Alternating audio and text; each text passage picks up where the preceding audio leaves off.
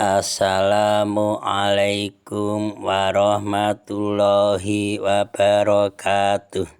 Selamat berbahagia jamaah ngaji tafsir Al-Quran dengan referensi kitab tafsir Al-Ibris Mu'alib Mbah Kyai Haji Bisri Mustafa Rembang dengan sanad Mbah Kyai Haji Samsul Mu'in Khalid, pendiri dan pengasuh Pondok Pesantren Darul Amin, Jajak Banyuwangi, Jawa Timur. Semoga berkah. Amin. Dilanjutkan surat Ali Imran ayat 98 dan ayat 99. Tema: keingkaran ahli kitab terhadap agama Islam. Subtema: mencela kekafiran mereka ahli kitab dengan menyuruh Kanjeng Nabi Muhammad SAW mengatakan kepada mereka ahli kitab, mengapa ahli kitab itu masih mengingkari ayat-ayat Allah yang telah jelas membuktikan kebenaran Muhammad SAW, dan mengapa menghalangi orang-orang yang beriman? Allah menyaksikan perbuatan mereka ahli kitab dan akan membalas mereka dengan balasan yang setimpal. A'udzu billahi minasyaitonir rajim. Bismillahirrahmanirrahim. Qul ya ahlal kitab lima takfuruna bi ayatillahi wa wallahu syahidun ala ma ta'malun. Qul ya ahlal kitab lima tasudduna an sabilillahi man amana tabgunaha iwajja wa antum syuhada. Amallahu bighafilin amma ta'malun. Artinya, katakanlah Muhammad SAW, wahai ahli kitab, mengapa kamu mengingkari ayat-ayat Allah padahal Allah Maha menyaksikan apa yang kamu kerjakan. Ayat 99. Katakanlah Muhammad SAW, wahai ahli kitab, mengapa kamu menghalang-halangi orang-orang beriman dari jalan Allah? Kamu menghendakinya jalan Allah bengkok, padahal kamu menyaksikan dan Allah tidak lengah terhadap apa yang kamu kerjakan. Qul dawa sira Muhammad sallallahu alaihi wasallam, ya ahlil kitab, ya ahlal kitabi, hei ahli kitab, lima takfuruna, lima krono opo takfuruna padha ngingkari kufur sira kabeh bi ayatillahi kelawan pira-pira ayate Gusti Allah taala. Wallahu ta'ala Gusti Allah taala iku syahidun mirsani alama ing atase barang tak maluna kang padha nglakoni sira kabeh ing ma. Kul dawa sira Muhammad sallallahu alaihi wasallam, ya ahlal kitab, hai ahli kitab, ya ahlal kitabi, hai ahli kitab, lima krono apa tasuduna padha ngalang-alangi sira kabeh ngansa pilih saking tetalane Allah taala agama Islam, man ing wong amanah kang iman sapa matabagunaha kale padha amrih sira kabeh ngiwajan ing sabil kang bengkok.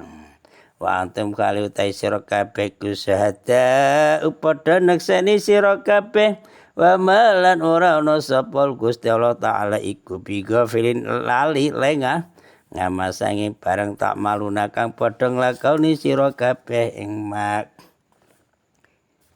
Sebab turunnya ayat ini, sebab nusilnya. Ayat ini diturunkan sekaligus bersama ayat 99. Dan sebab turunnya sebagaimana diriwayatkan oleh Zaid bin Aslam dari Ibnu Yasin, bahwa seorang yang bernama Sas bin Qais yang sangat ingkar, sangat kafir dan selalu menyerang agama Islam, lewat di hadapan beberapa orang sahabat Rasulullah SAW yang terdiri dari kabilah Aus dan kabilah Khosros. Mereka sedang duduk bersama-sama membicarakan beberapa persoalan. Nah, hal ini sangat menjengkelkan hati ahli kitab. Mengapa jengkel ahli kitab? Karena dilihatnya persatuan kaum muslimin amat kuat dan amat dalam rasa kasih sayang antara sesama Islam. Ini memberi pelajaran pada kita sesama Islam memang harus gitu, harus punya kasih sayang, persatuan yang kuat, kerukunan itu.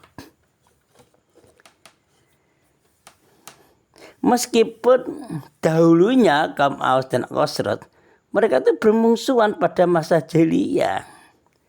Nah, orang ahli kitab yang ingkar tadi ia berkata dalam hatinya, ini kabilah Aus dan Khosraj telah bersatu padu di negeri ini, di Madinah.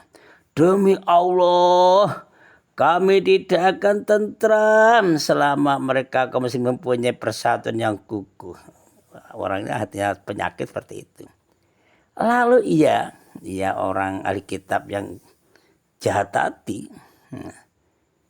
itu menyuruh seorang pemuda Yahudi yang kebetulan berada di sampingnya, disuruh agar duduk bersama sahabat Kanjeng Nabi Muhammad SAW dan membicarakan tentang perang Bu'as. Nah, perang Bu'as itu perang yang terjadi antara kabilah Aus dengan kabilah Khosraj dan dimenangkan oleh kabilah Aus di zaman jahiliyah. Di samping membangkitkan permusuhan permasalahan lama, nah memang itu awal mulanya kan perang terus saja tuh antara kedua kabilah itu Aus dan Khosraj. Pemuda itu mengucapkan pula beberapa bait syair peperangan yang perlu diucapkan mengenai perang Bu'as. Pokoknya ngobor-ngobori, membakar api, api yang menyala pada nafsu-nafsu yang jahat biar perang. Akhirnya apa? Timbullah pertentangan di antara para sahabat Nabi dan tampil dua orang di antara mereka. Ini akhirnya ada yang tampil, yaitu Aus bin Qaisi, salah seorang dari Bani Harisah dari golongan Aus. Nah, dan ini Jabir bin Syakir, salah seorang dari Bani Salamah dari kalangan Khosraj. Ya. Dua jago mau perang ini. Masing-masing melempar kata-kata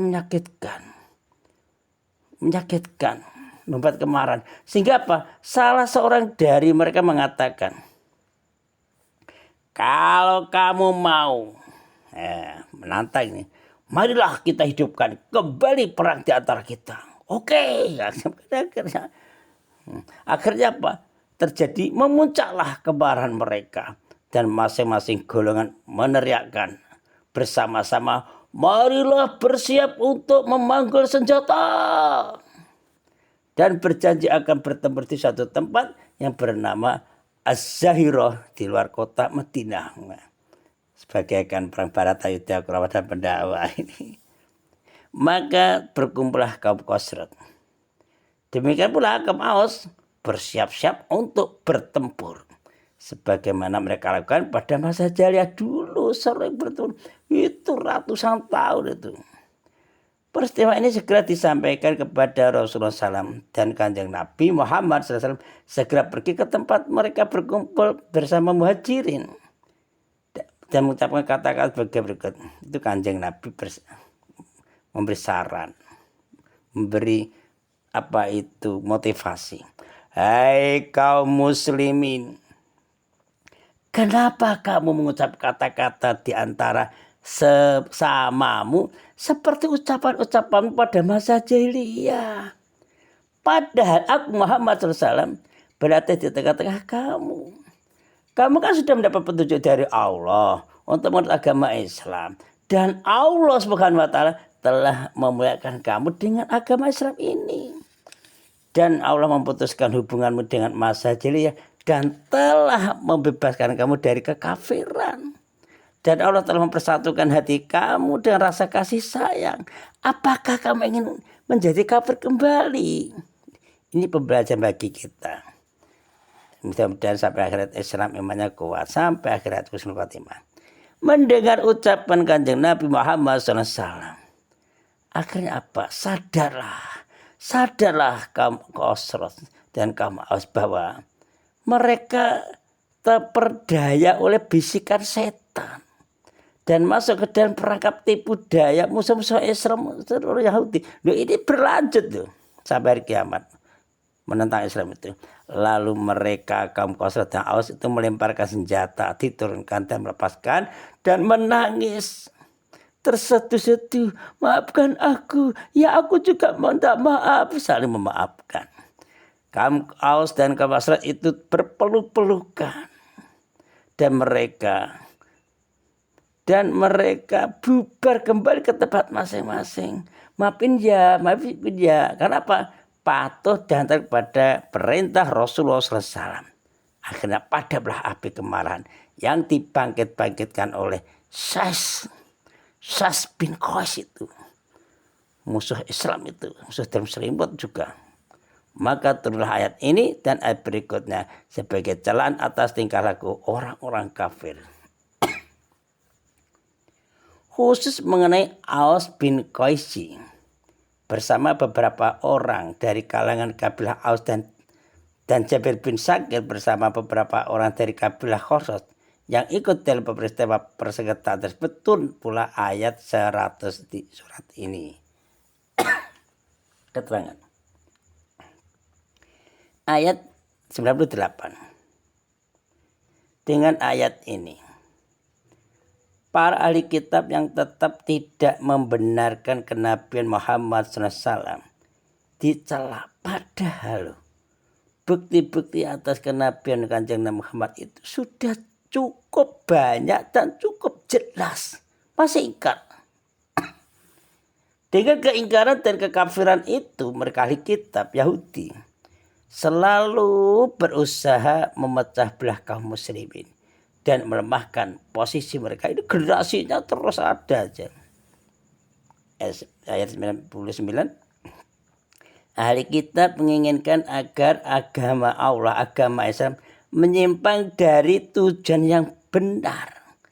Dengan apa? Mengubah sifat-sifat Kanjeng Nabi Muhammad SAW dan membuat dusta kepada Allah, bohong pada Allah. Padahal mereka orang Yahudi, ahli kitab itu awalnya tuh menanti-nantikan ke Nabi Muhammad SAW kapan datang. Itu dalam hati kecil mereka sendiri. Sudah menunggu-nunggu nanti. Cuma setelah datang ingkar. Allah mengutus sifat dengki yang tersembunyi dalam dada para pemimpin ahli kitab. Allah SWT sekali-kali tidak akan lengah tentang kepalsuan mereka. Kesimpulan. Para ahli kitab walaupun dalam hati kecilnya mempercayai Nabi Muhammad SAW, percaya. Namun mereka selalu berusaha dengan berbagai cara dan alasan untuk mengingkarinya. Dan memberikan gambaran yang keliru tentang agama Islam. Itu penyakitnya itu orang-orang Yahudi. Assalamualaikum warahmatullahi wabarakatuh.